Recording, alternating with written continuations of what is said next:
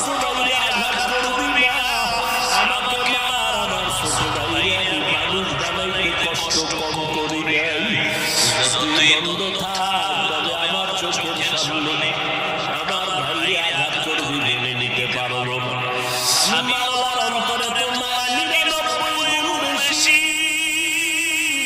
ও বান্দা, তুমি দুনিয়াতে থাকিয়া যদি আমার মহব্বত নিয়ে কবরের মৌতের বিছানায়